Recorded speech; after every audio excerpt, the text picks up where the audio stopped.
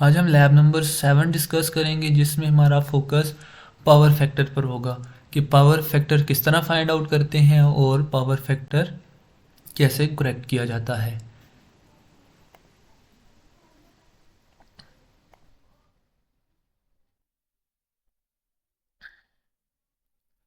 हमारे पास power factor जो है वो इम्पॉर्टेंट रोल प्ले कर रहा होता है सर्किट में, क्योंकि जब तक पावर फैक्टर 1 होता है तब तक हमारी जो पावर है वो सारी रियल पावर होती है। मतलब कि जितने भी कंजम्पशन ऑफ पावर हो रहा होता है वो सारी रियल होती है।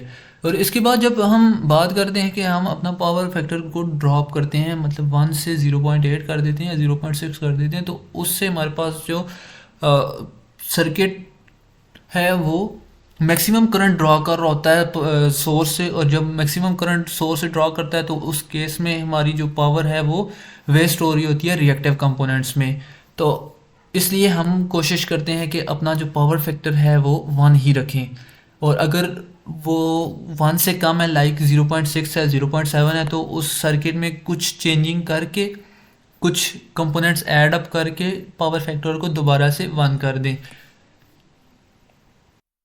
और आज की लैब में हम डिफरेंट कंपोनेंट्स की पावर फाइंड आउट करेंगे और फाइंड आउट करने के बाद हम उसका पावर फैक्टर फाइंड करेंगे। देन फिर अगर उसको एक करेक्शन की ज़रूरत हुई तो हम देन पावर फैक्टर करेक्ट करेंगे। तो इसके लिए हम करते हैं पावर फैक्टर करेक्शन। सो हमारे पास पावर ट्रायंगल जो होती है वो अमाउंट तो उस अमाउंट को शो कर रही होती है जो पावर डेसिपेट हो रही होती है या कंज्यूम हो रही होती है या फिर एब्जॉर्ब हो रही होती है। और जो पावर फैक्टर है वो ट्रू पावर और अपेरेंट पावर की रेशो होती है। पावर फैक्टर के लिए हम फार्मूला जो यूज़ करते हैं वो true power over apparent power या फिर पी ओवर एस करते हैं, सही है। जो रेजिस्टिव लोड होता है उसकी जो पावर फैक्टर हम फाइंड करते हैं वो 1 होता है। और जब हम प्योरली इंडक्टिव सर्किट का पावर फैक्टर फाइंड करते हैं वो भी 0 होता है। और प्योरली कैपेसिटिव सर्किट का पावर फैक्टर भी 0 होता है।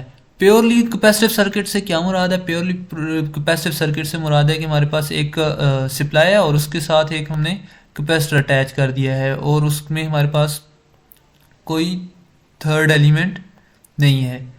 इससे हम कहते हैं कैपेसिटिव सर्किट। और अगर हमारे पास एक सप्लाई है और उसके साथ हमने एक इंडक्टर को कनेक्ट कर दिया है तो हमारे पास जो सर्किट का पावर फैक्टर होगा वो 0 होगा। और इस सर्किट को हम प्योरली इंडक्टिव सर्किट कहते हैं।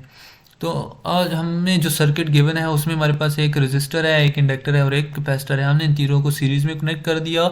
सीरीज़ में कनेक्ट करने के बाद हमने इसे सप्लाई वोल्टेज दिए। सप्लाई वोल्टेज देने के बाद हमने इसकी पावर ट्रायंगल फाइंड कर ली। इसकी पावर फाइंड की और पावर फाइंड करने के बाद इसकी पावर ट्रायंगुलर फाइंड की। ट्रायंगल फाइंड करने के बाद जब हमने देखा कि इसका आया कि इसे पावर फैक्टर करेक्शन की ज़रूरत है या नहीं। अगर इसे पावर फैक्टर करेक्शन की ज़रूरत हुई तो हम क्या करेंगे, इसकी रिएक्टिव पावर से हम इसका एक ऐसी कैपेसिटेंस फाइंड आउट करेंगे कि जो हमारे पास अगर हम इस सर्किट में इनकॉर्पोरेट करें या सर्किट में लगाएं तो हमारा जो सर्किट है वो आइडियल को अप्रोच कर जाए, यानी कि इसका जो पावर फैक्टर है वो 1 हो जाए। तो हमने अपना सर्किट ब्रेडबोर्ड पे इम्प्लीमेंट कर देना है। इम्प्लीमेंट करने के बाद उससे फंक्शन जनरेटर से इनपुट दे देनी है। दैन फिर हमने उसकी वेव्स आउटपुट जो है वो फाइंड आउट कर देनी है। या फिर हम इसे अगर सॉफ्टवेयर पे बनाते हैं तो मल्टी सिम लाइक जो है सॉफ्टवेयर यूज़ कर लेंगे। ये कुछ इसके की प्रोसीजर पॉइंट्स हैं जो हमने इम्प्लीमेंट करने हैं। लाइक उसके बाद हमारे पास हार्डवेयर में कुछ इस तरह की वेव्स आ रही होंगी, ये हमने इसे इनपुट सप्लाई दे दी, ठीक है। और ये सारी कैलकुलेशन है जो आप प्रीवियस लैब्स में करते आ चुके हैं।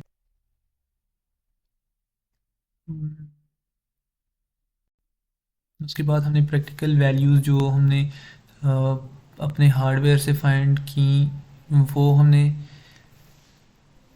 इनपुट के अलावा हमारे पास बाकी जो थ्योरेटिकल वैल्यूज़ हैं वो सारी लिख ली, प्रैक्टिकल वैल्यूज़ लिख ली। देन हमने इनका कंपैरिजन टेबल बनाया। टेबल बनाने के बाद हमने जब इसका पावर फैक्टर फाइंड किया तो पावर फैक्टर हमारे पास इसका 0.6 आ रहा था।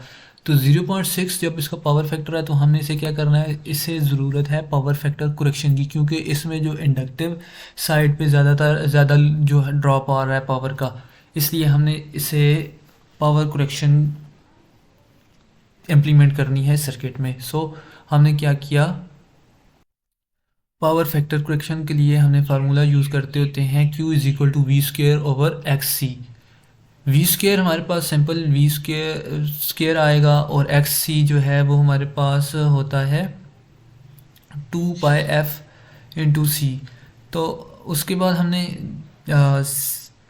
सी फाइंड करना है, मतलब कि कोई क्या कैपेसिटर कौन सा यूज़ करें कि ये जो ओवरऑल सर्किट की इंडक्टिविटी है वो रिड्यूस डाउन हो जाए, यानी कि वो जो पावर लॉसेज हैं वो सारे रियल की तरफ चले जाएं, जो इंडक्टिव ड्रॉप है वो कम हो जाए। तो उसके लिए हमने क्या किया, सी फाइंड करना था, हमने सी एक तरफ कर लिया, Q ओवर वी स्क्वायर जो 2πf कर दिया। तो हमारे पास जो वैल्यू कैपेसिटर की आ गई वो 200 नैनो फैरेड आ गई।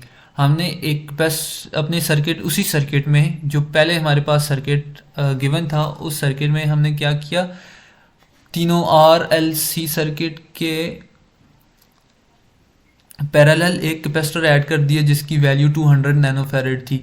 और उसके बाद हमने वही सारे प्रोसीजर किया जो हम प्रीवियस लैब में करते आए हैं, मतलब कि XC फाइंड किया, XC के बाद XL फाइंड किया, XL के बाद फिर इम्पीडेंस फाइंड की। इम्पीडेंस फाइंड करने के बाद हमने अपने सर्किट में करंट फाइंड किया, फिर वोल्टेज फाइंड किए। वोल्टेज फाइंड करने के बाद उसकी पावर फैक्टर करेक्शन के बाद जो हमारे पास पावर आई वो फाइंड की। अभी पहले हमारे पास जो रियल पावर थी वो थी 0.038 और अब हमारे पास जो पावर है वो 0.05 होगी, मतलब कि रियल पावर ज़्यादा होगी। पहले हमारे पास 0.3 थी, अब 0.5 होगी। और रिएक्टिव पावर पहले हमारे पास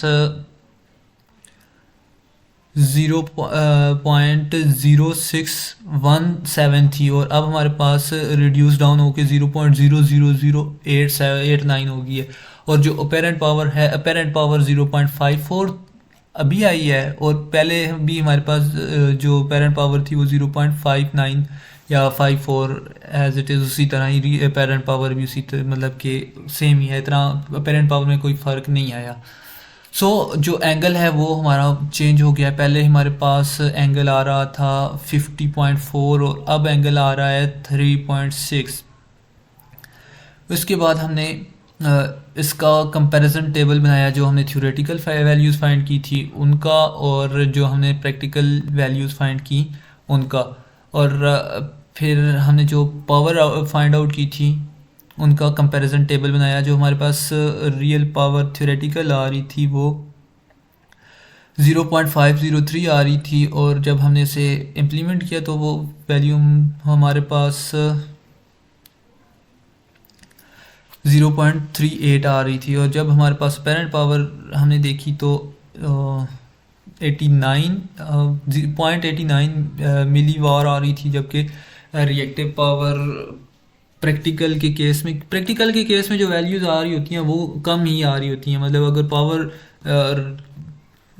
थ्योरेटिकल के केस में 1 है तो प्रैक्टिकल में 0.8 आ रही होगी, क्योंकि एग्जैक्ट वैल्यूज़ प्रैक्टिकल में नहीं आती। अगर आप सॉफ्टवेयर में वही सर्किट इम्प्लीमेंट करें तो हाँ, वो वैल्यूज़ जो हैं वो सेम आ रही होती हैं।